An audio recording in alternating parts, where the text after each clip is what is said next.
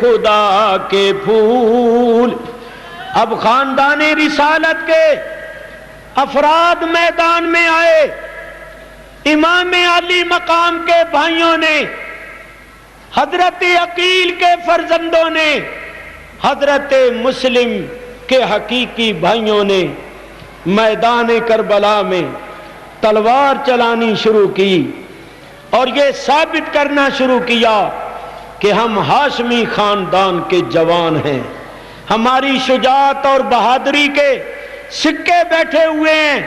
یزیدی لشکر میں بھگدڑ مچا دی، عقیل کی اولاد بڑی بے جگری کے ساتھ لڑ رہی تھی، کیونکہ ان کے بھائی حضرت مسلم کو کوفے میں شہید کر دیا گیا تھا اور ان کے بھتیجوں کو بھی شہید کر دیا گیا تھا۔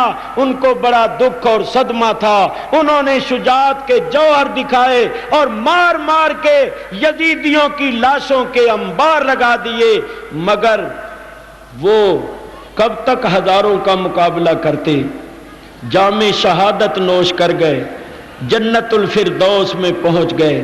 چچا زاد بھائیوں کی شہادت کے بعد امام علی مقام کے اپنے بھائی آگے بڑھے، انہوں نے میدان کربلا میں یہ ثابت کر دیا کہ ہماری رگوں میں حیدر کرار کا خون ہے اور ہمارے بازوؤں میں فاتح خیبر کی قوت ہے۔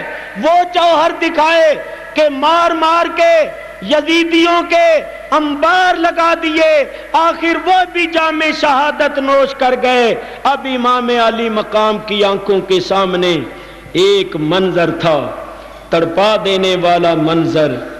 آپ کے چاروں بھتیجے امام حسن مجتبیٰ کی آنکھوں کے تارے کھڑے تھے اور کہہ رہے تھے، چچا جان ہمیں بھی اجازت دیجئے، راہ حق میں سر کٹانے کی اجازت دیجئے اور شہادت کا جام نوش کرنے کی اجازت دیجئے۔ امام علی مقام نے فرمایا، تم تو میرے بھائی کی نشانی ہو، تم تو میرے بھائی کی یادگار ہو، میں تمہیں اپنے ساتھ اس لیے تو نہیں لایا تھا کہ اپنی آنکھوں کے سامنے تمہیں تیروں سے چھلنی ہوتے ہوئے دیکھوں گا، تمہارے جسم میں نیزے پیوست ہوتے ہوئے دیکھوں گا، لیکن چاروں بھتیجے کہہ رہے تھے، چچا جان ہمیں اس سعادت سے محروم نہ کیجئے، ہم چاروں اپنی جانیں آپ پر نثار کر کے جنت الفردوس میں پہنچیں گے اور اپنے ابا جان سے کہیں گے، ابا تیرا حق ادا کر کے آئے ہیں اور تیرے بھائی پر نثار ہو کے آئے ہیں۔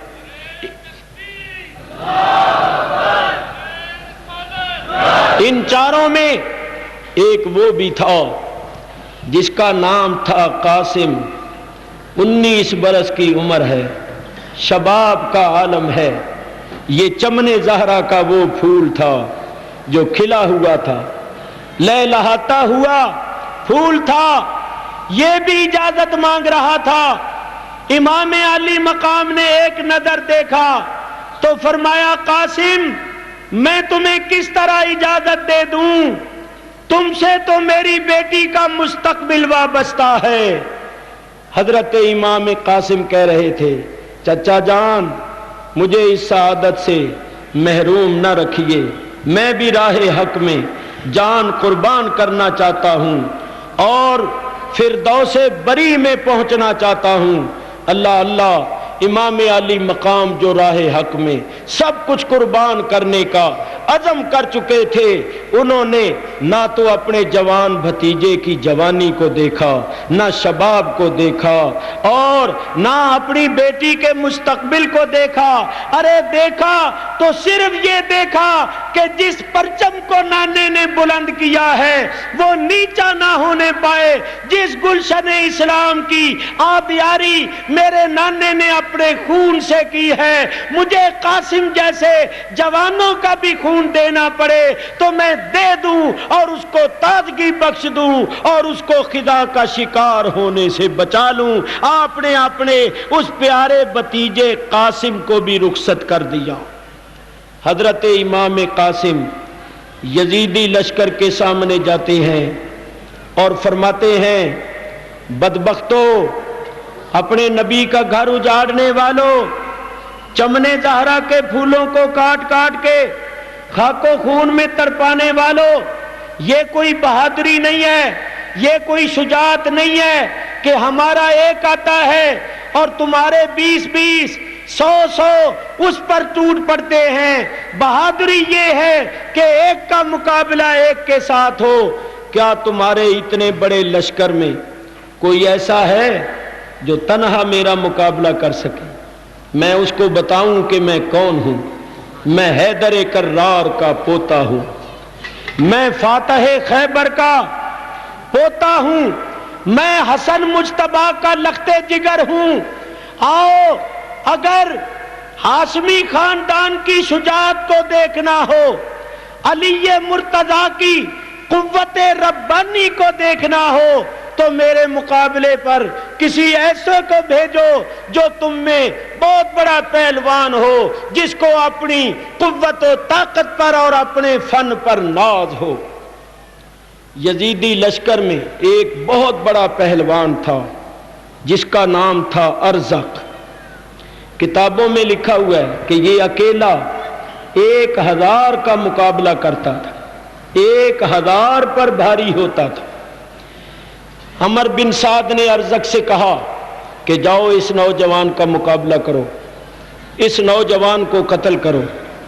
ارزق نے کہا واہ صاحب واہ، آپ نے میری خوب قدر کی، میں اتنا بڑا پہلوان ہوں، رستم ہوں، بہادر ہوں کہ 1000 افراد کا مقابلہ کرتا، میرے سامنے بڑے بڑے رستم اور پہلوان نہیں ٹھہرتے، اور آپ مجھے ایک لڑکے کے مقابلے پر بھیج رہے ہیں۔ یہ میری توہین ہے کہ میں اس لڑکے کے مقابلے پر جاؤں۔ میں حسین کا مقابلہ کروں گا، اس لڑکے کے مقابلے پر جانا یہ میری توہین ہے۔ اس لشکر میں میرے 4 بیٹے ہیں، ان 4 بیٹوں میں سے ایک بیٹا اس لڑکے کو ختم اور قتل کرنے کے واسطے کافی ہے۔ ارزق نے اپنے بیٹے کو اشارہ کیا، جاؤ بیٹا اس نوجوان سے لڑو اور اس کو قتل کرو۔ ارزق کا بیٹا آیا، حضرت امام قاسم سے لڑنے لگا، دونوں میں تلوار چلنے لگی۔ آپ نے دوران لڑائی اس لڑکے سے کہا ہوشیار ہوشیار کہہ کے ایک تلوار کا ہاتھ چھوڑا اور اس کو چیر کے 2 کر دیا۔ بیٹے تڑپ رہے تھے اور ان کی لاشیں خاک و خون میں پڑی تھیں۔ وہی ارزق جو امام قاسم کے مقابلے پر آنا اپنی توہین سمجھتا تھا، اب یہ اندھا ہو گیا۔ بیٹوں کی موت نے اس کو اندھا کر دیا، پاگل بنا دیا، اس کے واسطے دنیا اندھیر ہو گئی۔ یہ گالیاں بکنے لگا اور بکواس کرتا ہوا آگے بڑھا کہ او نوجوان، تو نے میرے 4 بیٹوں کو، 4 بیٹوں کو قتل کر دیا ہے، اب میں تجھے نہیں چھوڑوں گا، تیرا جوڑ جوڑ الگ کر دوں گا، تیرے ٹکڑے ٹکڑے کر دوں گا۔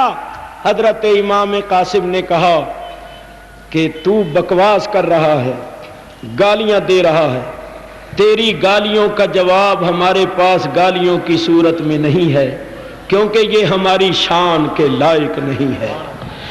تو بکواس کر رہا ہے، میں زبان پر ایسا کوئی کلمہ نہیں لاؤں گا جو ہماری شان کے سایہ نہ ہو، لیکن یہ دیکھ میرے ہاتھ میں تیرے بیٹے کی تلوار ہے، میں نے تیرے بیٹے سے چھینی ہے، اس تلوار کا مزہ تیرے بیٹے چکھ چکے ہیں اور اب تجھے بھی اس کا مزہ چکھاؤں گا۔ کہنے لگا میرے مقابلے پر تو 1000 فرد بھی نہیں ٹھہرتا، تو کیا ہے؟ حضرت امام قاسم نے فرمایا کہ تو بہت بڑا بہادر ہے، ٹھیک ہے تیرے مقابلے پر 1000 نہیں ٹھہرتا ہوگا، تو مانا ہوا رستم ہے اور پہلوان ہے، لیکن ابھی تک تجھے گھوڑے پر زین کسنی نہیں آئی۔ دیکھ تو صحیح، تو نے تو گھوڑے پر جو زین ڈالی ہوئی ہے وہی غلط ڈالی ہوئی ہے، تو ڈینگے مارتا ہے جس کو گھوڑے پر زین ڈالنی نہیں آتی۔ وہ میدان جنگ میں کیا جوہر دکھائے گا؟ جب آپ نے یہ فرمایا تو اس نے ذرا جھک کر زین کی طرف دیکھا، الحرب خدعۃ ان کے پیش نظر۔ حضرت امام قاسم نے آگے بڑھ کر ایک ایسا تلوار کا وار کیا اور وار کرتے ہوئے کہا، او ارزق ہوشیار، میں علی کا پوتا ہوں، یہ کہہ کر اس کے چیر کے 2 ٹکڑے کر دیے۔ نعرہ تکبیر، نعرہ رسالت۔ یزیدی لشکر میں بھگدڑ مچ گئی، کوہرام مچ گیا کہ اس نوجوان نے ارزق جیسے پہلوان کو ختم کر دیا۔ اب کس کی جرأت تھی کہ وہ تنہا مقابلے پر آئے؟ بس وہی ظالمانہ روش، وہی درندگی سینکڑوں کی تعداد میں ٹوٹ پڑے اور چمن زہرا کے اس جنتی پھول کو گھیرے میں لے لیا، تیروں کا می برسا دیا۔ امام قاسم اس وقت بھی ڈٹ کر مقابلہ کرتے رہے، آخر زخموں سے چور چور ہو کر جنت الفردوس میں پہنچ گئے۔ یزیدی لشکر کے سپاہیوں کا بیان ہے، ہم نے امام حسین کو دیکھا، انہوں نے حضرت قاسم کو اٹھایا، اس طرح اٹھایا کہ قاسم کا سینہ حسین کے سینے سے لگا ہوا تھا، اور حسین نے قاسم کی کمر پر ہاتھ ڈال کے قاسم کو اٹھایا ہوا تھا، اور اس طرح خیموں کی طرف لے کے جا رہے تھے کہ امام قاسم کے پیر زمین پر گھسٹتے ہوئے جا رہے تھے۔ خیموں کے پاس جا کر رکھ دیا اور بیویوں نے سکینہ کے سر پر ہاتھ رکھا اور کہا، بیٹی صبر سے کام لو، تمہارا دولہا جنت الفردوس میں پہنچ گیا ہے۔ حضرت امام قاسم کی شہادت کے بعد، چاروں بھتیجوں کی شہادت کے بعد، امام علی مقام کی آنکھوں کے سامنے ایک اور دل ہلا دینے والا منظر تھا، تڑپا دینے والا منظر تھا۔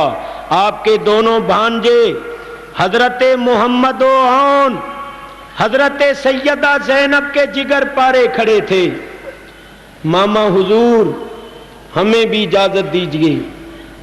آپ آنکھوں میں آنسو بھر لائے، فرمایا، میرے فرزندو، میری آنکھوں کے تاروں، میں تمہیں اپنے ساتھ اس لیے تو نہیں لایا تھا کہ تمہیں تیروں سے چھلنی ہونے کی اجازت دوں گا، اپنی آنکھوں کے سامنے تمہارے پھول جیسے جسموں میں نیزے پیوست ہوتے ہوئے دیکھوں گا۔ تم خیموں میں چلے جاؤ، اپنی اماں کے پاس چلے جاؤ۔ اور ادھر سے خیموں میں سے آواز آئی، سیدہ زینب یہ کہہ رہی تھی، بھیا کیا اپنی بہن کا ہدیہ قبول نہیں کرو گے؟ بھیا یہ میرے 2 ہی فرزند ہیں، دونوں تجھ پر نثار ہیں، زیادہ ہوتے تو زیادہ قربان کر دیتی۔ بھیا اگر تم نے میرا ہدیہ ٹھکرا دیا تو میں کل قیامت کے دن اپنی ماں فاطمہ زہرا کو کیا جواب دوں گی؟ جب میری ماں پوچھے گی، بیٹی جب حسین کی بارگاہ میں سروں کے جانوں کے ہدیے پیش کیے جا رہے تھے، تو نے کیا پیش کیا؟ تو میرے یہ 2 ہی فرزند ہیں، دونوں تجھ پر نثار ہیں، حسین میرا ہدیہ بھی قبول کر لو۔ امام علی مقام پھوٹ پھوٹ کر رو پڑے اور ان نونہالوں کو سینے سے لگایا، ان کی پیشانیوں کو چوما، ان کو بھی رخصت کر دیا، فرمایا، لو بہن تمہارا ہدیہ بھی قبول ہو گیا، میں نے تمہارے فرزندوں کو بھی اجازت دے دی ہے۔ حضرت محمد و عون جا رہے ہیں۔ کون جا رہا ہے؟ کوئی ماں کے دل کی دھڑکنوں سے پوچھے، ماں یہ بھی برداشت نہیں کر سکتی کہ اس کی آنکھوں کے سامنے اس کے بیٹے کے پیروں کے تلووں میں کانٹا بھی چبھے۔ یہ کیسے صبر والی ماں تھی، دیکھ رہی تھی کہ میری آنکھوں کے تارے ہمیشہ ہمیشہ کے لیے یزیدی بادلوں میں روپوش ہونے کے واسطے جا رہے ہیں، پھر پتہ نہیں ان کا چہرہ دیکھنا بھی نصیب ہو یا نہ ہو، لیکن اس صبر والی ماں نے سینے پر ہاتھ رکھا اور کہا، مولا جو تیری رضا وہ ہماری رضا۔ حضرت محمد و عون یزیدی لشکر کے سامنے گئے اور یزیدی لشکر کے سامنے جا کر کیا کہا؟ فرمایا، دادا ہے شہنشاہ دو عالم کا مددگار، سردار جہاں فخر عرب جعفر طیار، وہ شقہ تراز علم احمد مختار، آلودہ رہی خون میں جس شیر کی تلوار، ہاتھوں کے عوض حق سے سرے دست لیے ہیں، اللہ نے پر ان کو زمرد کے دیے ہیں۔ نانا اسد اللہ مددگار دو عالم، دیندار نمودار جہاں دار دو عالم، سلطان ولایت و اسرار دو عالم، دستار فلک جباؤ دستار دو عالم۔ تم یہ نہ سمجھنا کہ ید اللہ نہیں ہے، ہم شیر تو ہیں گر اسد اللہ نہیں ہیں۔ حضرت محمد عون امام علی مقام کے حقیقی بھانجے یزیدی لشکر کے سامنے کھڑے تھے، ان کے چہروں کی رنگت ہی یہ بتا رہی تھی کہ یہ چمن زہرا کے جنتی پھول ہیں، نو نہال ہیں، نو عمر بچے، ماں کی زندگی کا سہارا، ماں کی آنکھوں کے تارے دشمنوں کے سامنے کھڑے تھے اور دشمنوں سے کہہ رہے تھے کیا دیکھتے ہو، ہم علی مرتضیٰ کے نواسے ہیں، ہم عبداللہ بن جعفر طیار کے بیٹے ہیں اور حضرت جعفر طیار کے پوتے ہیں، جن کو اللہ تعالیٰ نے پر عطا فرمائے ہیں اور جو فرشتوں کے ساتھ پرواز کرتے ہیں اور جہاں جانا چاہتے ہیں بہشت بری میں اور اس زمین میں چلے جاتے ہیں۔ آؤ ہمارے خون سے بھی اپنے ہاتھوں کو رنگین کرو اور اپنی پیاس بجھاؤ۔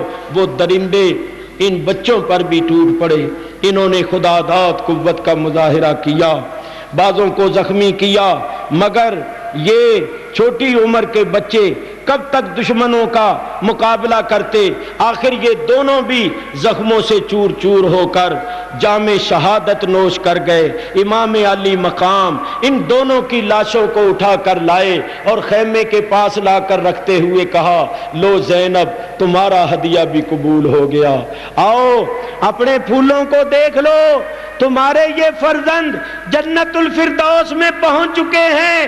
ماں اپنے بچوں کے پاس آئی اور ان کے جسموں پر ہاتھ رکھ کے یہ کہہ رہی تھی، میرے فرزندو تم بڑے خوش نصیب ہو، تم ماموں پر نثار ہوئے ہو، راہ حق میں شہید ہوئے ہو، اے کاش تمہاری جگہ تمہاری ماں ہوتی۔ ساری بیبیاں تعزیت کرنے کے واسطے خیمے سے باہر آ گئیں۔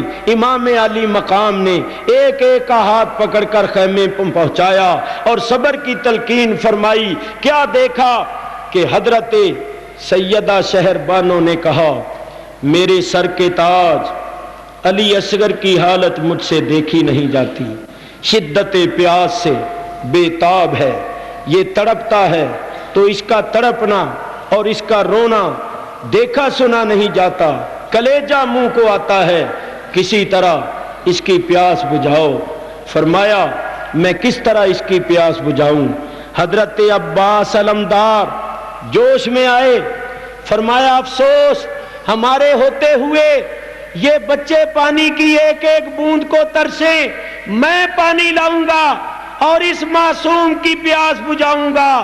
حیدر کرار کے بہادر فرزند نے، حضرت امام علی مقام کے لشکر کے علم بردار نے تلوار ہاتھ میں لے لی، مشکیزہ کندھے پر ڈالا، باہر نکلنے لگے تو حضرت سکینہ نے کہا، چچا جان مجھے بھی پانی پلاؤ گے نا؟ ہاں بیٹی میں پانی لاؤں گا تو تمہیں بھی پلاؤں گا، پھر ہم سب پانی پیئیں گے۔ باہر نکلے، گھوڑے پر سوار ہو گئے، محاذ کی طرف جانے کے بجائے ذرا رستہ بدل کر نہر فرات کی طرف چلے، نہر پر پہنچ گئے۔ وہ 4000 افراد جو نہر پر متعین تھے، انہوں نے جب حضرت عباس کو آتے ہوئے دیکھا وہ ہوشیار ہو گئے، وہ کھڑے ہو گئے، انہوں نے کمانوں پر تیر چڑھا لیے، نیزے سنبھال لیے، تلواریں میان سے باہر نکال